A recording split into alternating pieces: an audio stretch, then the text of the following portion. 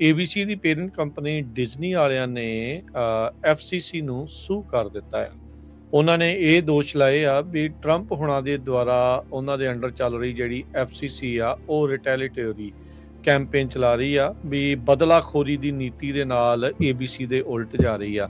ABC ਉਹੀ Harjeet Singh ji channel ਆ ਜਿੱਥੇ ਜਿਮੀ ਕਿਮਲ ਆ ਉਹ ਆਪਣਾ ਸ਼ੋਅ ਕਰਦਾ ਆ, ਤੇ ਕਿਉਂਕਿ ਉਹਨੇ ਮਜ਼ਾਕ ਕਈ ਵਾਰੀ ਜਿਹੜਾ ਉਹ ਬਣਾਇਆ ਟਰੰਪ ਹੁਣਾਂ ਦਾ, ਇਹਨਾਂ ਦਾ ਫਿਰ ਲਾਇਸੈਂਸ ਰੱਦ ਕਰਨ ਤੱਕ ਜਿਹੜੀ ਉਹਨਾਂ ਨੇ ਕੀਤੀ। ਇੱਕ ਵਾਰੀ ਤਾਂ ਉਸ ਨੂੰ ਆਫ ਏਅਰ ਵੀ ਉਹਨਾਂ ਨੇ ਕਰ ਦਿੱਤਾ ਸੀਗਾ, ਪਰ ਬਾਅਦ ਚ ਮੁੜ ਦੁਬਾਰਾ ਜਿਮੀ ਕਿਮਲ ਆ ਉਹ ਲਾਈਵ ਆਪਣਾ ਪ੍ਰੋਗਰਾਮ ਲੈ ਕੇ ਆ ਗਿਆ ਸੀਗਾ।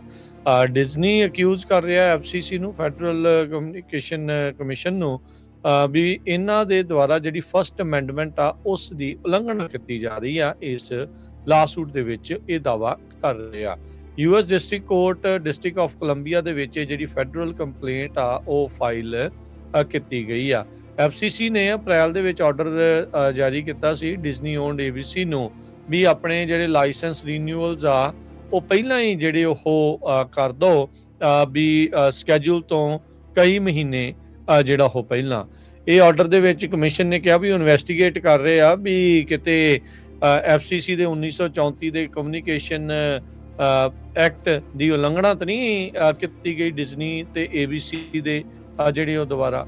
ਡਿਜ਼ਨੀ ਨੇ ਜਦ ਇਹ ਫਾਈਲ ਕੀਤਾ ਤਾਂ ਉਹਨਾਂ ਨੇ ਕਿਹਾ ਵੀ ਉਹ ਕੌਨਫੀਡੈਂਟ ਆ, ਉਹਨਾਂ ਨੂੰ ਭਰੋਸਾ ਆ ਵੀ ਉਹਨਾਂ ਦੇ ਦੁਆਰਾ ਜਿੰਨੀਆਂ ਵੀ ਕੁਆਲੀਫਿਕੇਸ਼ਨ ਚਾਹੀਦੀਆਂ ਆ ਲਾਇਸੈਂਸ ਬਰਕਰਾਰ ਰੱਖਣ ਦੇ ਲਈ, ਕੰਟੀਨਿਊ ਰੱਖਣ ਦੇ ਲਈ ਕਮਿਊਨੀਕੇਸ਼ਨ ਐਕਟ ਤੇ ਫਸਟ ਅਮੈਂਡਮੈਂਟ ਦੇ ਤਹਿਤ ਉਹ ਬਿਲਕੁਲ ਠੀਕ ਆ। ਤੇ ਕਹਿੰਦੇ ਵੀ ਅਸੀਂ ਇਸ ਨੂੰ ਹਰ ਇੱਕ ਲੀਗਲ ਚੈਨਲ ਦੇ ਵਿੱਚ ਅੱਗੇ ਲੈ ਕੇ ਜਾਵਾਂਗੇ।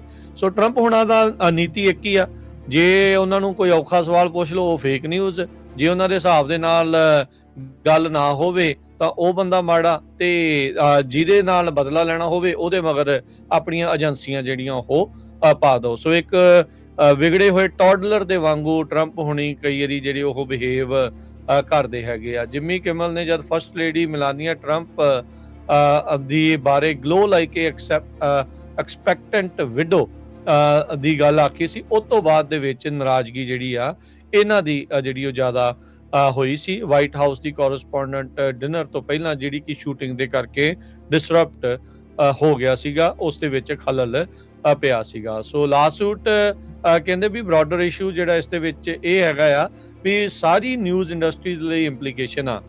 ਅੱਜ ਜੇ ਟਰੰਪ ਉਹਨਾਂ ਨੇ ਇੱਕ ਚੈਨਲ ਬੰਦ ਕਰਾਤਾ ਵੀ ਮੈਨੂੰ ਉਹਦੀਆਂ ਗੱਲਾਂ ਪਸੰਦ ਨਹੀਂ ਆ, ਕੱਲ ਨੂੰ ਕਿਹਦੀ ਵਾਰੀ ਆਊਗੀ। ਸੋ ਇਹ ਬਾਕੀ ਜਿਹੜੇ ਨਿਊਜ਼ ਚੈਨਲਸ ਤੇ ਹੋਰ ਵੀ ਆ ਉਹ ਵੀ ਇਸ ਨੂੰ ਬਹੁਤ ਕਲੋਜ਼ਲੀ ਵਾਚ ਕਰਨਗੇ, ਦੇਖਣਗੇ ਵੀ ਕਹਿੰਦੇ ਵੀ ਇਹ ਮੈਸੇਜ ਹੈਗਾ ਆ ਹਰ ਇੱਕ ਮੀਡੀਆ ਕੰਪਨੀ ਦੇ ਲਈ ਵੀ ਇਸ ਦੁਨੀਆ ਦੇ ਵਿੱਚ, ਇਸ ਮੁਲਕ ਦੇ ਵਿੱਚ ਜਿੱਥੇ ਪ੍ਰੈਸ ਦੀ ਫਰੀडम ਦੀ ਗੱਲ ਕੀਤੀ ਜਾਂਦੀ ਆ ਤੇ ਇਹ ਉਸ ਦੇ ਵਿੱਚ ਸਿੱਧਾ ਅੜਿਕਾ ਐਡਮਿਨਿਸਟ੍ਰੇਸ਼ਨ ਡਾਉਣ ਦੀ ਕੋਸ਼ਿਸ਼ ਜਿਹੜੀ ਆ ਉਹ ਕਰ ਰਹੇ ਹੈਗੇ ਆ। ਸਟੇਟਮੈਂਟ ਇਸ਼ੂ ਕੀਤੀ ਗਈ ਸੀਗੀ ਜਿਹੜੀ ਸ਼ੇਅਰ ਕੀਤੀ ਗਈ ਸੀ FCC ਦੇ ਸਪੋਕਸਪਰਸਨ ਦੇ ਦੁਆਰਾ ਅੱਜ।